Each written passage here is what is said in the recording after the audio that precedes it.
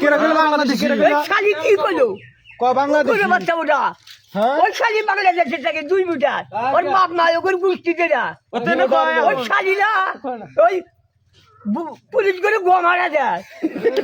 army police জেলা বাসা বোঝা যায় ওগুলো গোয়া মারা যায় বাংলাদেশি কেরা ওই শালি বাংলাদেশের থেকে